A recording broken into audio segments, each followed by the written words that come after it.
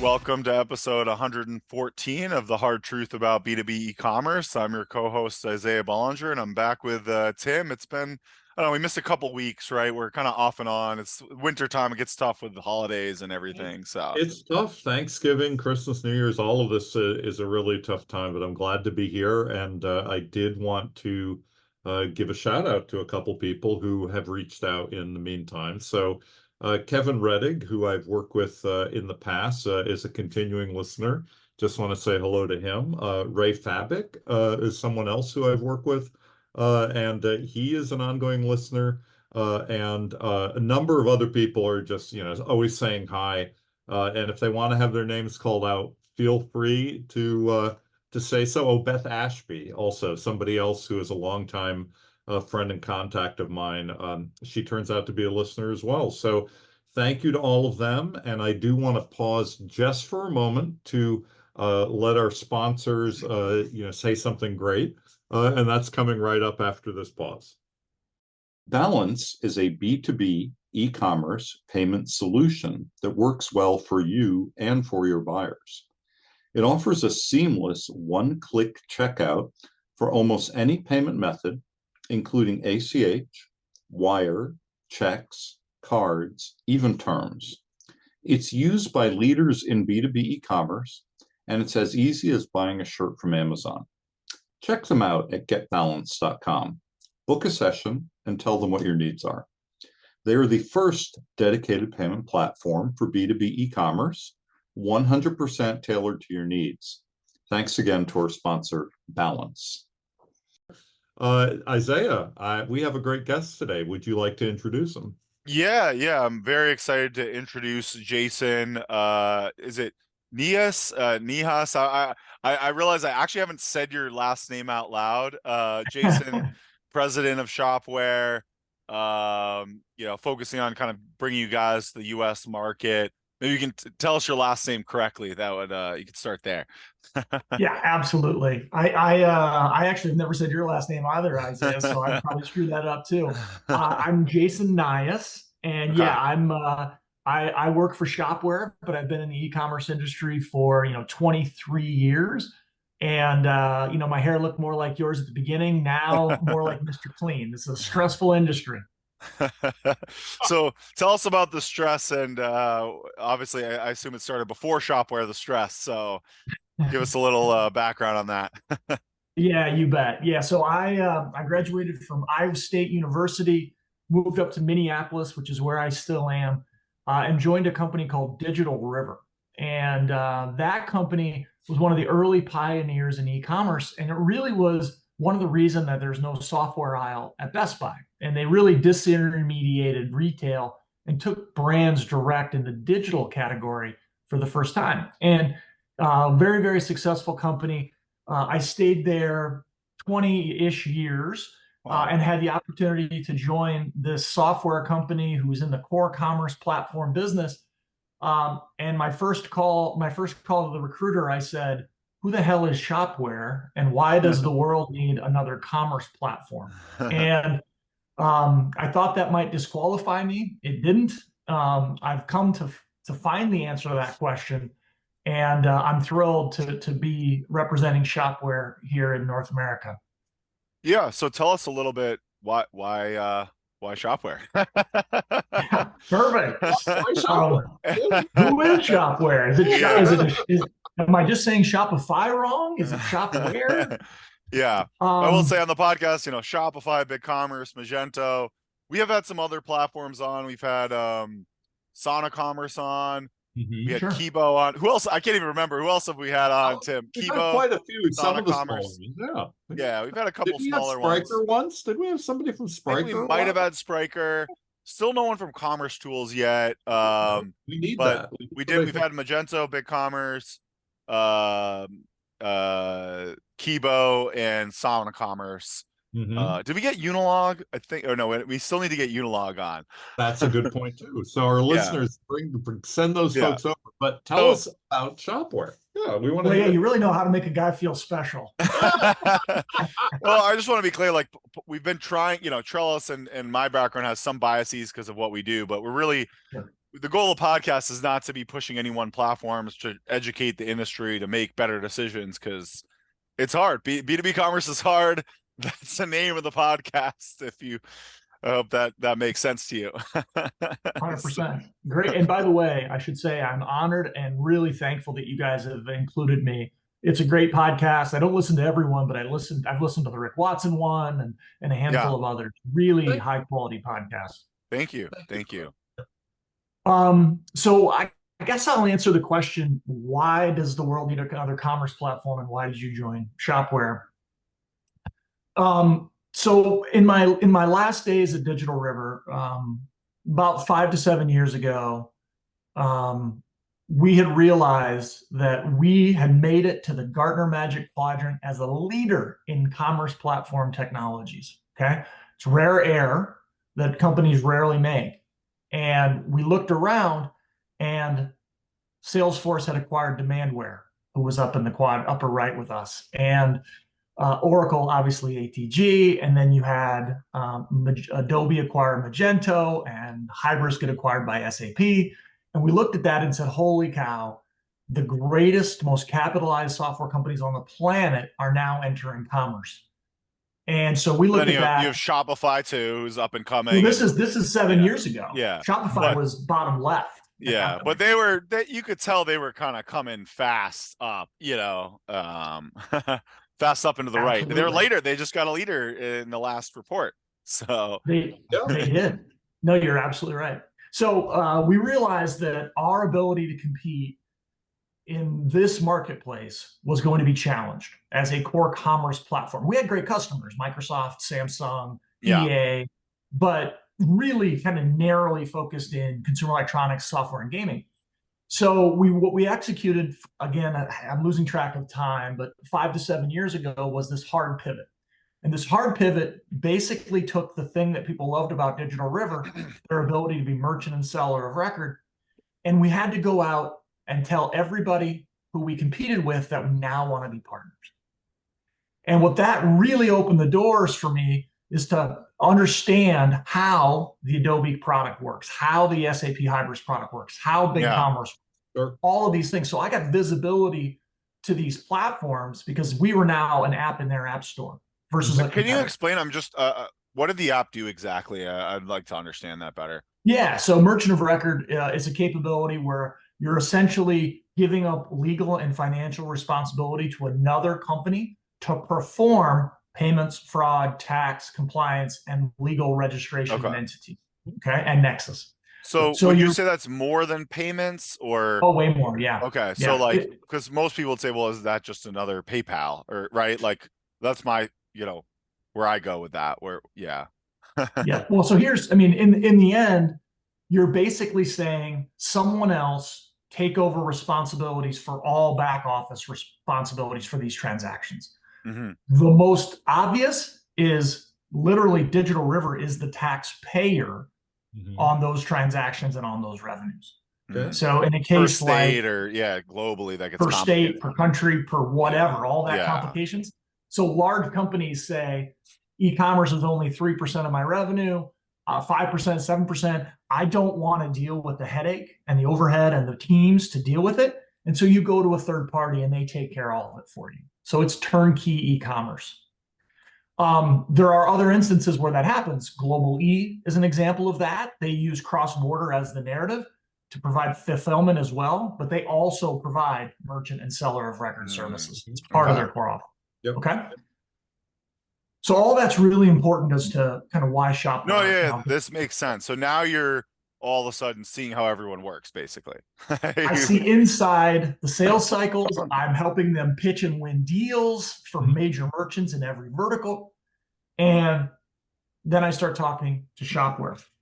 And what I realized in the moment is that the industry has really outsourced, this is the commerce platform industry, has really outsourced innovation to the apps in their app store. Most of the really cool things that you can do with some of these platforms is because there's an app for it. Yeah. Okay. Yeah. So that's kind of challenge number one. The core commerce platform itself was skinning itself down. And you think about things like microservices, APIs, headless, composable, micro, all these things actually increase the cost for the merchant, not decrease it. Yeah. Yeah. Because Okay? you end up having the core software and then 20 apps, and each app is $500 a month, and it's like it adds up really fast with these apps, you know. It adds up really fast. And the overhead to manage the relationships, the integrations, the contracts, Yeah. the payments, it sucks. And so I looked at that and I said, okay, well, who's actually innovating for the merchant to actually reduce the cost of commerce? And I started to see some of the things at the time that were beta and kind of being worked on by Shopware. And it was things that nobody else was doing. It was things like digital sales room, which is an enormously powerful B2B thing. I'll talk more about that later. Things like rule and flow builder, which basically is the end of the way people do classical persona marketing. You spend all this money to create these personas.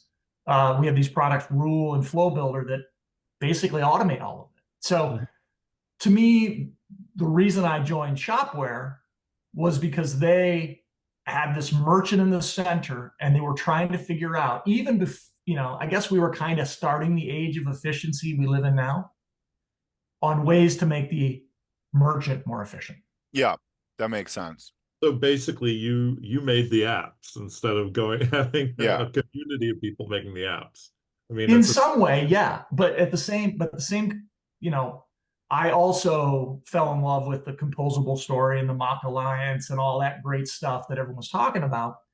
The real power is not being composable only, meaning everything is a Lego block. The real power is being composable and have the suite of services you could buy.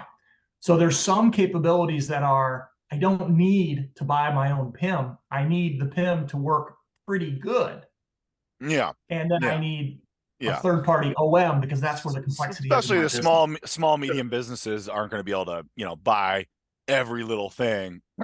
And you still see a lot of companies that use, the e-com platform as the product management's, platform, and sometimes even as the order management platform, even though it's really not meant to be usually like a full-blown order management, so it depends on the scale of the business. And then B2B is a whole nother world of complexity, I would say. 100%.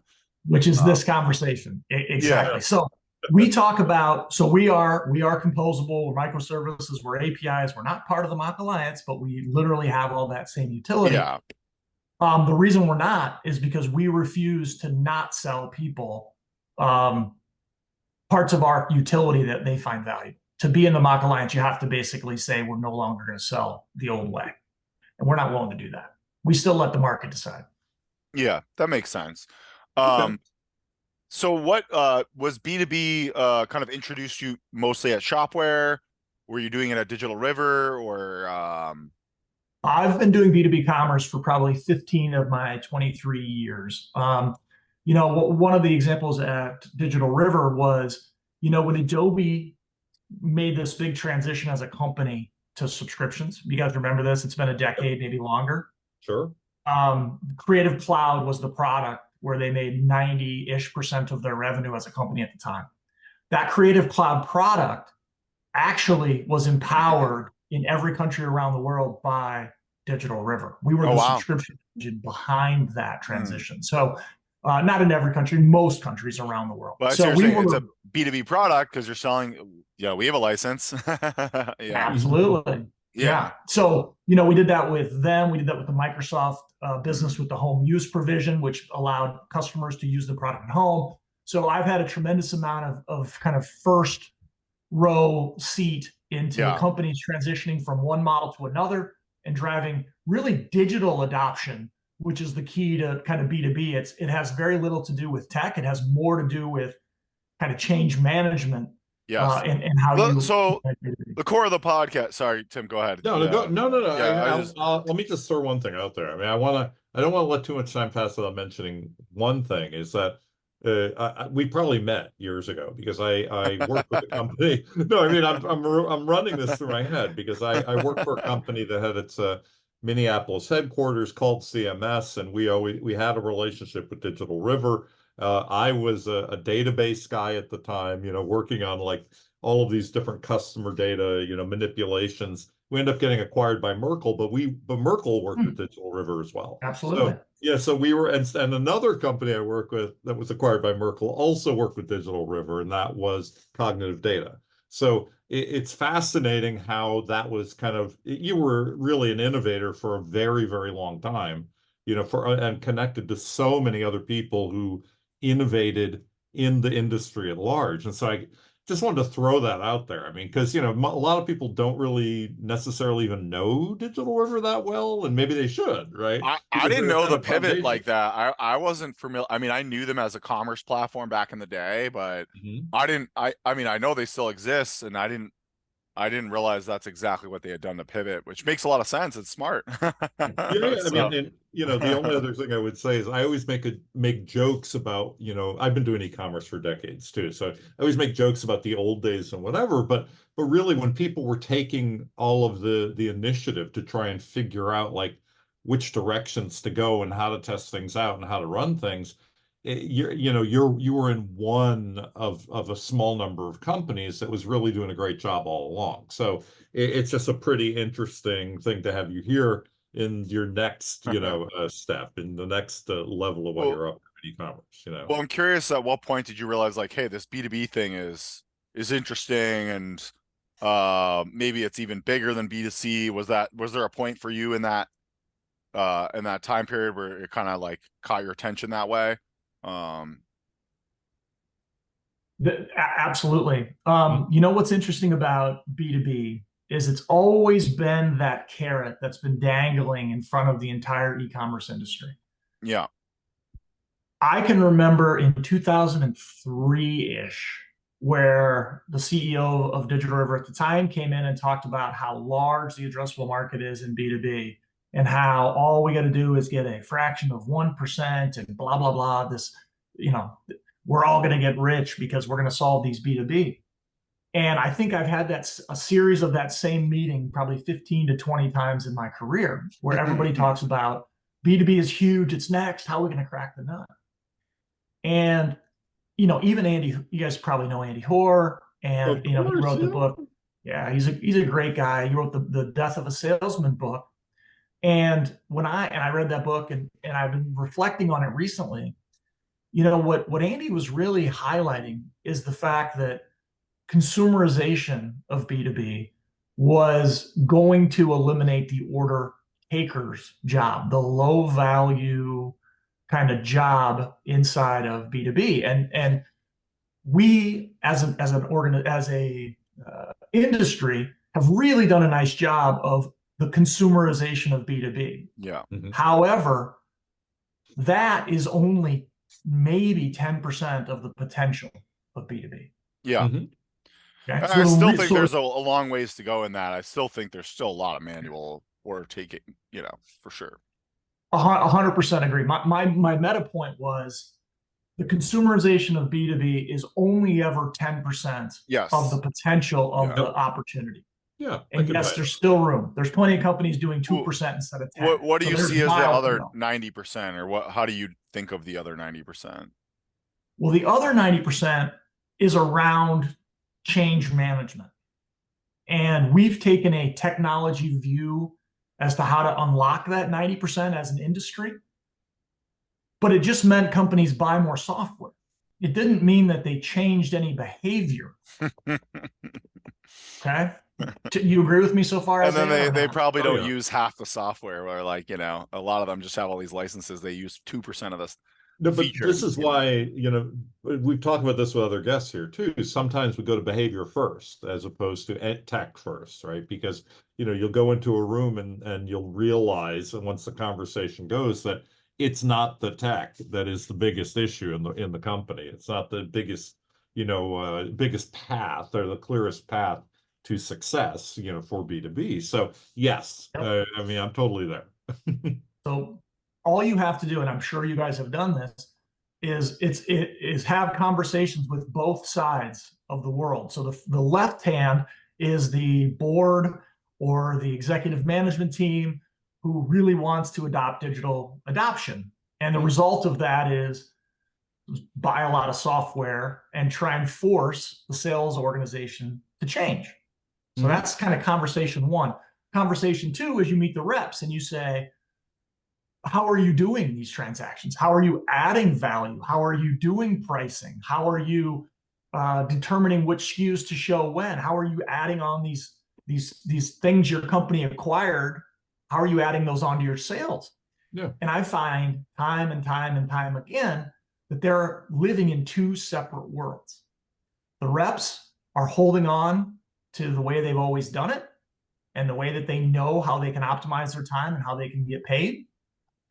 And the corporation still believes the dream around the consumerization of B2B. And you have two very different kind of mindsets. There's an executive leadership problem. There's I talk about this a lot, is cross-department dysfunction, or is what there is. These large B2B organizations, or even small, medium ones, is, someone thinks it's a good idea, maybe, or they're tasked with a job. It's the director of IT. It's the director of marketing. It's like some guy who's in charge of e-commerce, but as an organization, there's no strategy. There's no collective, alignment on how the departments are going to work together, how it's going to help all the departments. It's just kind of usually in a silo, whether it's it's usually under IT, I find, with B2B. So with B2C, I find it gets often siloed into marketing, and then it becomes too much of a marketing function, and they lack the technical sophistication to scale logistics and other problems on the market, on the D2C side, or whatever, the consumer side. And on the B2B side, it's the opposite. They hand it over to the ERP guy, who's mostly ever only really done ERP stuff and has no understanding of marketing or sales enablement, or barely even talks to the salespeople. It's like, it's just cross-department dysfunction. And we see that at small, big, even massive companies. So I think the bigger the company, the harder the change. And the more the dysfunction, the more the blinders come on to functional roles.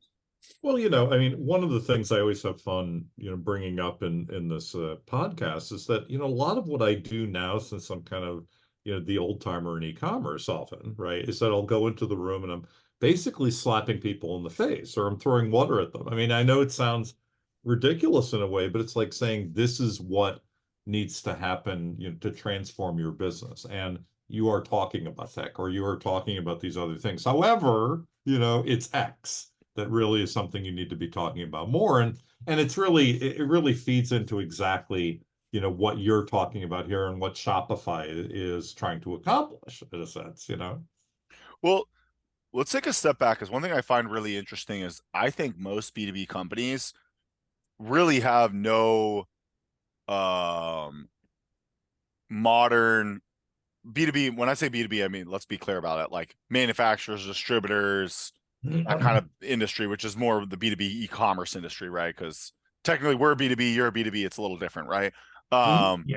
So manufacturers, distributors that have a heavy B2B component, their entire marketing is just a sales team. Like, they still operate, from what I've seen, very much in the cold calling, outdoor salesman, cold email world. And I just think, like, forget the consumerization, digitization. I think just from a marketing sales perspective, that world is very quickly dying. I wouldn't say it's completely dead. I think it needs to, we actually do some stuff like that, but it has to be we need to kill it. We need to kill it. Well, I think it needs to be more thoughtful. So, like, shamelessly, I'll be promoting eCommerce. So if you go to our website, go to events, we have an event called eCommerce. And it's I like the name. I love the name. Apply. Any merchant can apply, generally looking for mid-market merchants. They can go for free. It's a great deal for a mid-market merchant. But we could do outbound to that event and say, hey, you should join this event. It's an interesting hook to get someone to join our event. They're getting a free, massive value. But the old ways of just being like, hey, I sell some crap, talk to me, just has almost zero value from a sales and marketing perspective. The transactional stuff, it has to be digitized. Yeah, totally agree. And these companies really have no, from what I've seen, no real marketing strategy. Sometimes what they'll do, I see, is they'll be like, oh, we got to do SEO. We got to do email. It's like, okay, but they just start tacking on little tactics, like little, it's like, but what is SEO? Is it content? Is it PR? Is there backlinks? Like, they don't have a grasp of how modern digital marketing works at all. It's mostly broken from what I've seen in most of these. That's why I still feel like you still see these crappy IBM commercials. Like, I would never invest in IBM stock just based on how horrible their marketing is from my perspective. Like, they're a good example of legacy B2B marketing that's just broken, you know? And sorry, I'm kind of ranting here, but no, that's okay. I think it's very. I'll jump on that bandwagon. Yeah. I mean, I'd be happy to. You know, I agree with that last assessment. Let me just put that there. It's like, I don't know. I guess what I'm getting at is, though, B2B commerce has the potential to help solve this problem if you do it right, and they can't tie these things together. It's because it's just sitting in the IT department. You know what I mean? And so. Totally. So this is why I forgot my original point. I had to come back to my original point. No, I connected it all. So to me, this is why I put things in really two camps. You've got are you trying to solve a consumerization of B2B, which is getting rid of some of the low value transactional based, people want to self-service and find their own price and just buy it? Which, to be clear, it's not a bad thing to do that. I think I want to be clear. It's not a bad thing to do that. That is an okay strategy. But be clear about that. That's what you're doing. and you do it because it makes a lot of sense. You're giving the customers what they want. Yeah. And you're eliminating expenses that aren't adding a lot of value. It's just good business. So B2B, to me, there's two very different buckets. You've got the consumerization, and then you've got where 90% of the revenue, 90% of the cost, and 90% of the upside is in how you solve kind of the digital transformation. I hate to use that buzzword. I know. How you change the reps' lives. And let me be clear. So part of the reason I joined Shopware as an example is because we have this product called the Digital Sales Room. And if you haven't seen it, Google it. It's actually quite cool. Yep. But basically, it takes all the power of B2B and all the power of video and presentations and all of those things and puts it into an e-commerce experience that is rep driven. And so today, the reps adopt it because it helps them make more money. They adopt it because it shows them where the margin is that they're incented by. They adopt it because they still drive to their top 5 customers that they've always paid a great attention to, but they now can spend a half hour with the long tail that they've been ignoring forever. Yeah. So the way to truly change and unlock the 90% potential is to give the reps something that they want that makes them more money. Yeah. I hate to be so simplistic, but that's how you do change management. No, and I'm totally there. And you know, 2 quick comments on this, and I could throw it back to Isaiah. But one of the things that stands out for me is I'm familiar with Digital Sales Room, right? I've seen it, right? And I know what it's like, right?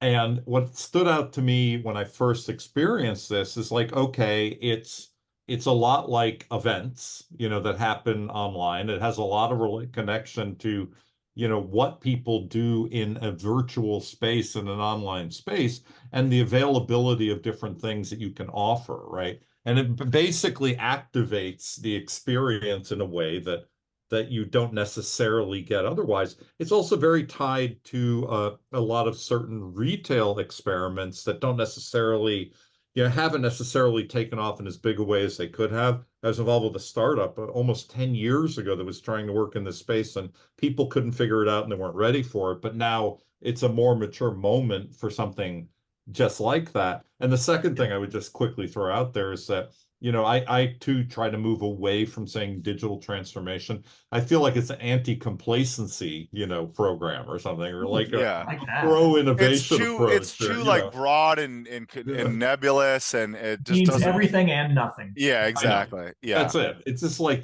don't sit still. And so what does Yeah. that mean? It means you need to transform in many of these Yeah. ways, right? So I look at it as really arming the field with next generation capabilities, yeah, Yeah. and really around how not I don't want to change for change sakes. I don't want to buy software for software's sake.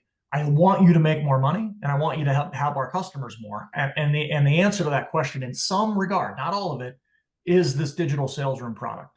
Yeah. And virtually, so the lion's share of our pipeline is B2B, and Mhm. almost all of them have come to us or are going to sign with us because of this Yeah. digital sales room. Because It is a the differentiator. consumerization problem is becoming simpler and simpler over time. I think the hard Yes. part about that is the ERP integration, just because they usually need Yeah. probably like special ERP pricing, or there's that integration I think is a lot more complex than people realize upfront in terms of it's a B2B level, like versus the B2C version. It's just different. But Very different. aside from that problem, let's assume that gets solved, and then the consumerization. I think though that companies should probably do both, right? They should have a strategy for both, right? Solve the consumerization, get the long tail. I think we see on average it's often 30% of the orders are these small $200, $500 orders, like even $500. Yep. It's not worth it for a sales rep to be hand holding a $500 order, right? Like they should be focused on the $10,000 plus orders or the $5,000 plus, right? And so Mhm. that needs to happen on one end, and I still think there's a huge room to go on that side. But then, like you said, the 90% is a whole different ball game.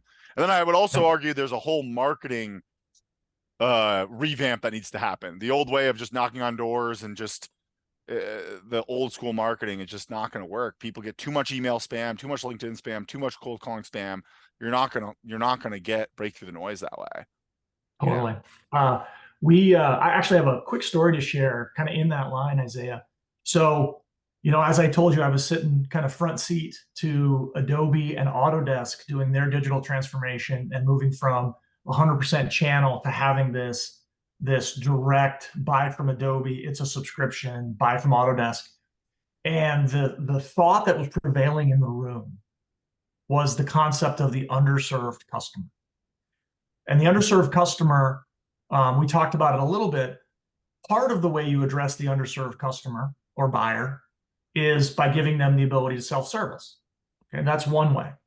Mhm. The other way to think about another place where the underserved exists is in, these are heavy channel businesses who have the same human nature behaviors as other companies. They serve the big customers and they ignore the small ones. The $100, $200, $300 license, they're not getting a phone call from a rep, and they're not getting a phone call from a reseller. No. So how do you use this consumerization play, the 10%, and utilize the greatness of e-commerce to go address it? And I agree with your point around, the Shopify getting into B2B. You kind of mentioned that earlier. They are. The Acumatica news is big news for in that regard as well. They announced a partnership, Shopify did. Mhm. To me, they're still going after that consumerization of Oh, B2B. 100%, Yeah. 100%. Especially when you're talking about a complex order, build to order, it's not going to work for some of that stuff. But 10% of anything this big is still billions of dollars, right? Yeah, So yeah. Well, that's the trap. That's yeah, the trap. yeah. Well, they probably only need to get some of that and they'll be fine, right, in their world, but doesn't mean that there's still not this huge other opportunity around everything else. And then, like I said, I still think these companies really need to rethink their entire go-to-market strategy, because the old way of, doing sales just isn't going to work, and it's going to get less effective every year. So let me add on to that point, actually, Sure. as it relates to the kind of market segments. So you've got the small, the mid-market, and the enterprise. And I think what Shopify has done around, putting, I call them the greatest e-commerce box that's ever been invented. And if you Yeah. fit inside that box, you should probably buy from them. Yeah. And they are optimizing for the masses. Okay. That's great. On the other end, another great solution is, the commerce tools, pure composable, all of the Lego blocks, you want to build it yourself. Yeah. They're optimizing for the largest GMV companies on the planet, the ones that can afford to have a huge team and orchestrate all those pieces and live with a box of Legos. What happens then is you have, because of acquisitions, not a lot of companies solely focused on the mid-market. And so you take B2B commerce and you say, well, it's huge potential, but relatively small revenue and relatively high complexity. Okay. That is a physics problem to go solve. Most of the market optimizes for the SMB, the masses, or it optimizes for the megas. Yeah. That's another big reason I joined Shopware. So we are hyper-focused on that mid-market merchant who has crazy complexities, small to medium revenue, huge potential, and they need someone to help David compete with Goliath. Yeah. And that's why we're so impressed with Trellis. You guys serve that same market, the underserved mid-market. Well, I think a lot of them get lied to, right? Like, I mean, I can't tell you how many times we get quotes or we bid out and we're trying to get more aggressive. Like, let's be honest, are we high? And a lot of times they're just getting these crazy low bids. And I'm just like, we're in one and I can't say too many details, but I can just give you some high levels so you can get a sense, but somehow they're getting a bid for 50 grand, migration of e-commerce platform, migration of data, new design, front end, they have a very custom ERP, just a custom ERP integration, custom shipping rules. I mean, you do the math. I mean, agency hourly rate, 175 an hour, usually maybe 200, like it adds up. Maybe they have some offshore, but 50K is like 300 hours. You're going to tell me you're going to do all that in 300 hours, project management, QA, like the math just doesn't add up. Yeah, the math doesn't make any sense. I did not send that bid in, I promise. Yeah, we can throw up a Shopify site and make a Shopify site and look good for that. But this is, the level of complexity I'm talking about. It's not like that's the thing, but they're not a huge company. So I get it. It's tough. And I talk to them honestly. I'm like, I get where our bid is high and expensive for where you're at, but it is this for a reason. And I went through all those reasons. And I think they're just, a lot of these companies get lied to. They fail on projects because there's just so many low bids out there for this kind of stuff, Yeah. I'm sure you see absolutely. that, right? And I'm sure you see that too, right? Well, there's 18 e-commerce platforms on the latest Magic Quadrant. 18. Okay. That doesn't I'm really proud. That doesn't even include WooCommerce. WooCommerce, there's a lot of sites on WooCommerce. You have Sweet Commerce. There's sites on Sweet. There's so many that are not on. There's another 20 or 30 that do pop up, Yep. Absolutely. And so, the point of this is, let's also be honest. I got a lot of friends that work at a lot of other commerce platforms, obviously agency partners. There was not a lot of replatforming in the first basically half of 2023. Okay. And things are cooking now. End of 2022 and like that, almost a year, kind of end of 2022, 2020. Yeah, it was like almost like a 9-12 month kind of lag in replatforming. But they're all building technical debt. So this is what's exciting right now is obviously we're doing. I can't believe how much I'm going to have to work the last couple of weeks of December to try and close out all these deals. It's pipeline. Not a bad problem to have. You shouldn't be complaining. I'm not complaining. But the moral of the story was when you've got 18 vendors on the MQ plus countless that are not, and you've got all these agencies who've got all these mouths to feed, you end up getting people underbidding things, not doing business the way they should in terms of what you get included, what you don't. We will be there to rescue you. I'm throwing this out right now. If you need a rescue, I should be your first. I love the rescues because I love the rescues. Sometimes I love it. The amount of money they need to be rescued, they're gonna not be able to afford because they've dug themselves into a hole they can't get out of. But a lot of times they'll spend any amount of money to get out of that hole, and they've learned the hardware and they realize they need a real professional. Like, it's like when you go build the building and the guy did half it wrong. You're like, shit, we got to tear this down and do it right. And so I am more than happy. Some companies won't do rescues, by the way. I'm just throwing that out there. I'll take on any rescue. Yeah, I'll do them. I want to redirect to a slightly different question, because this is the kind of thing a lot of listeners often just talk about.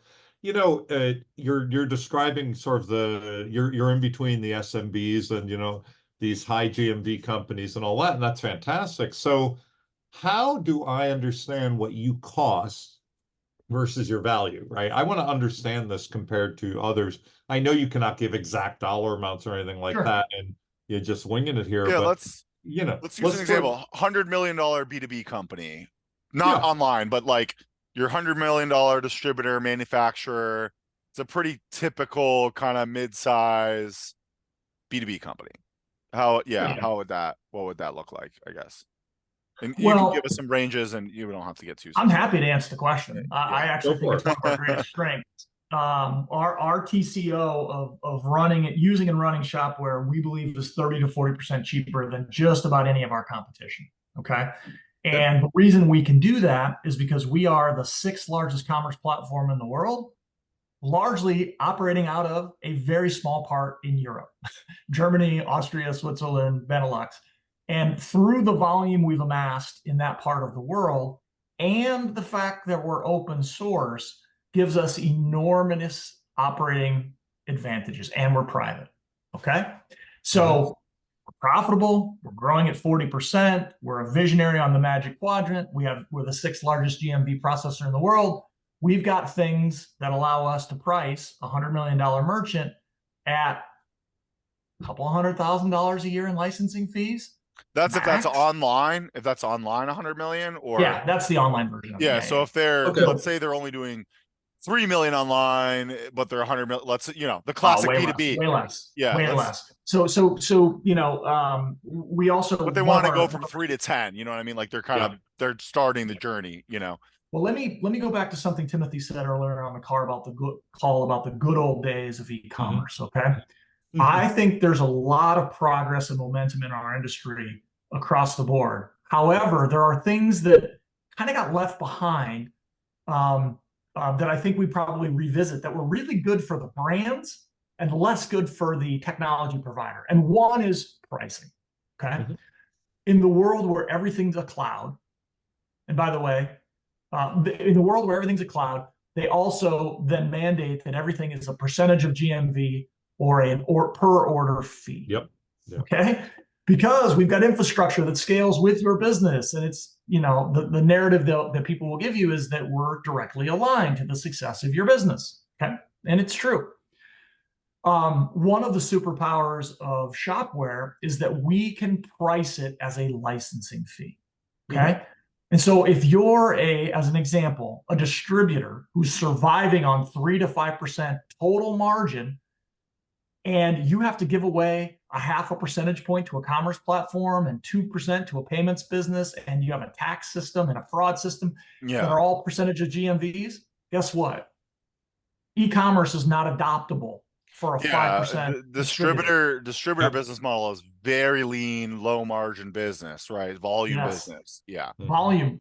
And what do you want in a volume business? You want to be able to capitalize all your expenses, including software licenses and your implementation to go live. Sure. So the $100 million merchant doing $5 million in GMV, I can give them a license rate that modifies maybe slightly over 3 to 5 years, and you can capitalize it. That's an execution advantage that Shopware can provide that you can't really get anywhere else. Yeah, that's really smart.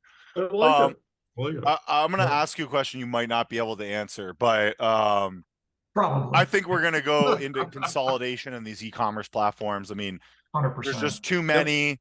It doesn't make sense that it doesn't make sense for the merchants to have this many options, because then the quality gets diluted across too many things. That you get no agency can specialize in all of them. Who are the ones? I mean, I think the obvious, we know Shopify is gonna make it, right? Where do you see, or if you were allowed to answer, if you were to make some bets, obviously you're gonna bet on Shopware. I So already placed that bet. yeah. So I assume you guys hopefully are gonna make it, right? Shopify's got to make it, right? I mean, they just have so much money and they're so big.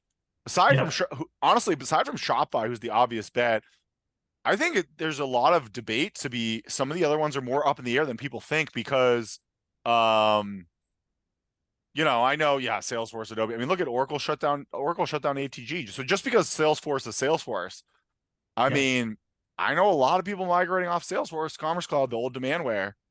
I mean, how many new customers are they getting? I don't know. Who are the other, if you were to name a few, Shopify, Shopware. So Yes. Well, let me answer the question, but let me take yeah. a little bit more of an artsy approach to it. Yeah. I don't want to get you in trouble with the PR people and no, I'm on their naughty list already since at least you're not public, on. so you're not public, so you're not going to get So I think you have to go back to what is the execution advantage that some of these people or some of these companies have, and why do you think they'll survive? So if you take a look at Salesforce, Adobe, and SAP as examples, their execution advantage is the install base that they have across their core offering. Okay. That's the reason they acquired into this business in the first place. Okay. So to me, it's the weakest bet I'm going to make. I'll make some more aggressive ones in a minute. But the execution advantage of the fact that these guys have these relationships, it does not matter if commerce is core to what they do, they will still sell plenty of it. Yeah. Okay? Those guys you have some big companies and it's frustrating, but they're like, yeah, we got AEM, Adobe, they have 3 Adobe products and they just buy the 4th one. And so your point is that there's enough infrastructure there that they will survive that with that model. But I don't think that's they might not grow a lot. They might not grow a lot, but they'll kind of, let's say, plateau or kind of finagle their way through the market with that model, I guess. Exactly. They're not going to be taking share. They're probably going to be losing as much as they're gaining, but they will continually be a meaningful piece of the pie, these best of suite providers. And Forrester, Gartner, all these companies give a lot of credence to the total utility available in these products, not how well they work together, because they're all acquisitions. Yeah, that's the problem. They're like, oh yeah, you're buying all these products, like it's a suite and it's as if they're all integrated. They're not actually integrated. So and they have the power of the bundle, right? They sell you 3 things and they can give you 2 additional for free or cheap. Yeah. And so their execution advantage is enormous. And so I think you got to put a box around these kind of megas. Which I would say it's really at this point just Salesforce, SAP, and Adobe. And even SAP, it's, I don't know many people going to Hybris. I think they're kind of on the way out. I'd say it's probably really just Salesforce and Adobe in the terms of that market. Yeah. Agreed. So first part of your question, very clear. The next most obvious is Shopify. Yeah. And as I said before, these guys are the greatest box ever invented for commerce. And if you are competing with them, you're in trouble. And so what that means is anybody who's trying to serve the SMB market. WooCommerce. Sorry. I know you hate them. I literally never see them. I used to see them there everywhere. Are big merchants there. If you go to Store Leads or one of these things, there are people doing a lot of money on WooCommerce. I don't know. I still haven't worked out my BDR campaign. Speaking of BDR and the old sale, I'm going after WooCommerce customers because they're on there. There's GMV on there, and it's more than you think. Well, let's do it together. Let's rescue them together. I think part of the challenge is they don't know what they don't know. Yeah. And the world has evolved, and the utility that can now be brought at the prices that can be available. People made a choice for free a long time ago. I don't think I think together we can go kind of help those merchants out. Yeah, I agree. Let's do it. Okay. I'm in. So let's continue. Sorry, go ahead, Tim. No, I'm just going to add one thought to this. And again, I should credit somebody, but I can't remember who to credit for this. But there's this theory about how industries mature, like e-commerce, right? Where at the top you would have 3 players, in the mid you'd have 6, and at the lower end, you'd have 9. And if there are more than that, they're so highly specialized, they don't really make a difference. And so and I really buy into that to an extent to where we are in e-commerce right now. It's been around for decades. It actually was the 30th anniversary, literally, of e-commerce this past week, I think. The 30th, right? And I started doing this like 25 years ago. So it's a long time, right? It's a lifetime for a lot of people. And so when you're looking at the maturities of these industries, it's like, well, is there room for 3 top level, super big players? Yeah, that's probably the max number, right? In the mid 6 and the lower end 9, because they're doing, maybe some only do fashion or whatever, right? Yeah. So it's just. Well, we have way more than that. Yeah, well, that's the but we have way problem. more. See, that's the thing. We have way more. We have So 18. that means then these things will start to consolidate naturally or fall away, right? Yeah. That's kind of what I believe is going to be happening in the coming years. Yeah. 100%. Okay, so we have Shopify. Let's say we both agree. I mean, Salesforce, Adobe, they're not going anywhere. I think SAP. I think the only reason SAP is going to survive, in my opinion, is because no one wants to migrate. It's so expensive to get off of Hybris that they're just. It's probably it's such a big, heavy project that they're just like, yeah, I'll do that. Yeah, but we'll deal with that later. People start new businesses instead of moving off Hybris, by the way. I have seen they start. I'll just start something new. New brand. I can't talk smack about a competitor, so I can't join in the conversation. Right. I'll do it for you. But okay. So after that, what's left? Well, let me add a little more context on the priority of commerce inside of a Hybris, a Salesforce, or an Adobe. And I don't know, I haven't talked to them specifically, but what I do know is 15 years ago, when I was competing against Demandware, their take rate, they were a GMV take rate model before most people. Digital River was, they were also, GSI was, but they were charging between 2 and 3% of a transaction to run on their commerce platform. Okay, so 200 basis points, call it 250 basis points. Today, they're pricing deals at between 40 and 60 basis points. Yeah. So that means that when Adobe, when Salesforce and SAP acquired their way into the commerce space, they acquired a business where the effective margin actually has gone down by 90%, 80 to 90%. Yeah. Okay. And if you parallel that to the margins or how much they're able to extract with Experience Manager or CRM or ERPs, it's actually the opposite. They're able to get more per seat than they are 10 years ago. So when you ask a company who's a best of suite provider, how important is commerce? It might be growing, may or may not, but the economics don't lend itself to continued investment there versus another part of the business where they can charge a really high basis points, on CRM or these other platforms. Yeah. Exactly. So to answer your question around where the market's going, if you're competing with them in the high biggest companies on the planet, this is why Commerce Tools is a winner. Yeah. Offering is hyper-focused on commerce and components. Their pricing is kind of by the drink or how you use it. Yeah. So Commerce Tools is going to win, and there's probably room for 1 or 2 more at the high. I think they're going to have to consolidate, though. I think I would disagree that I don't think there's room for 1 more. I think there's going to need to be some consolidation between those high-end headless platforms. I just don't think there's enough. There's just too few deals. There's too few deals. You're probably right. There's not enough 1,000 largest companies in the world. Exactly. And half of them are going to be custom, right? Amazon, Walmart. Then you get a couple that'll be on Adobe and Salesforce, and then it's just not a lot left over. And then they try and go down market, and that just always fails. And small going up or big going down is a recipe for disaster. It doesn't meet the ethos of the brand, the product strategy, how you invest. It doesn't work. Yeah. Which is, again, kind of coming back to who's going to win in the mid-market. So we've talked about the upper end. I think there's room for 2, maybe 3, but not just 1. I think competition will drive. And then on the low end, I think it's, we talked about Shopify, and that leaves the mid-market. And today, for the most part, Every deal that we're in, it's BigCommerce, Shopware, or in some scenarios, Oro. That's Or- it. I really think you and BigCommerce are the two players I see purposely going after as commerce platforms only, the mid-market Yes. intentionally. Hyper-focused. Yeah. I agree. Yeah. I And I think agree. that gives you guys both a very serious competitive advantage. And I'm excited to see you guys hopefully both do well. Because I think We we we need are that. two very different companies with two very different offerings.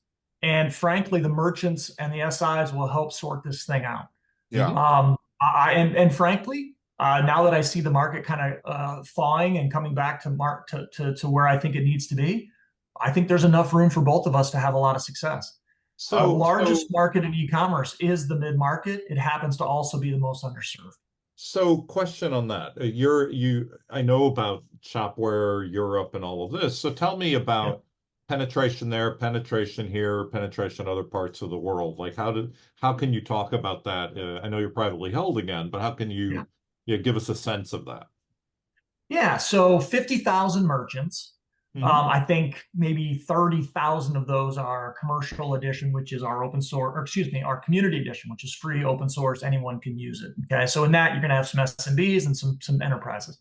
Sure. 20-ish thousand of those are what we consider to be mid-market merchants, and that group processes around 20 to 25 billion dollars a year in GMV with Shopware. Wow. The lion's share of that revenue and customer base is obviously centrally located in Europe, in Germany, and the further you go from Germany, the smaller the number. In the United States, we have roughly 100 live customers across both community and commercial editions, and we've sold about a dozen meaningful deals this year. And again, back to the narrative, it's pretty much us versus BigCommerce in almost every deal. Yeah. Wow. And just an you don't see Adobe. Sorry, I just want to. You don't see Adobe or Magento too often in those deals anymore. Oh, I'm sorry. Yeah, we see Magento in every deal, but everyone is that we see basically is saying, I now am tired and how much I'm spending at sustained engineering and just keeping the lights on. I'm now ready to take the leap and do something different. So most are coming from a Magento. Most are evaluating a BigCommerce. Gotcha. Versus. Okay, gotcha. So they're not necessarily. I'm sorry, I missed that point. No, they're not. We took 2,500 companies off Magento in the last 18 months. 2,500. Wow. Not bad. Not bad. I gotta say, good. I'll give you a round of applause for that. That's pretty great. I mean, my observation, which is not going to surprise you, is that companies that I've worked with that are based in Europe and have an American, presence will often say Shopware, right? They'll just bring it up. Where companies that are based in America and going to Europe have to become made aware or whatever, right? There's a different level of awareness, right? That needs to kind of, we're in this industry, we're deep in it. So we understand there are all of these players out there and we know a lot about them to an extent, but it's just going out into the world and talking to a tech team, an e-commerce team or a marketing team or what have you.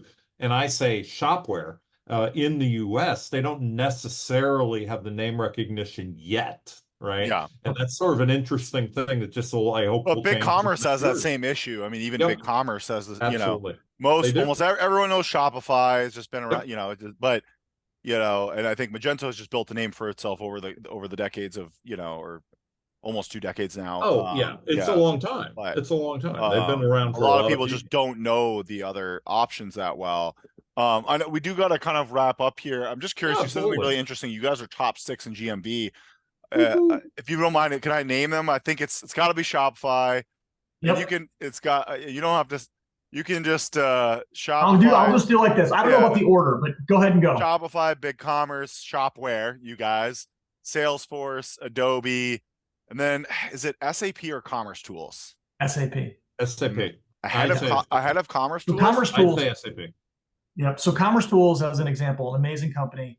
But if you go on Built With or one of those sales leads or whatever, and you analyze the number of customers, they don't have a huge install base. I think it's like that's why I'm skeptical, because how fragile is that? That seems very fragile to me, and I'm a big believer in having a big install base, and that's why the bets I've made are you know, and obviously we're talking to you guys, so I don't want to give away too much, but you know, but you know, the bets I usually make are in bigger install bases because I think it's important that you have that community effect. Yeah. And without that community effect, I think it's hard to have a good experience for the customer, you know? 100%.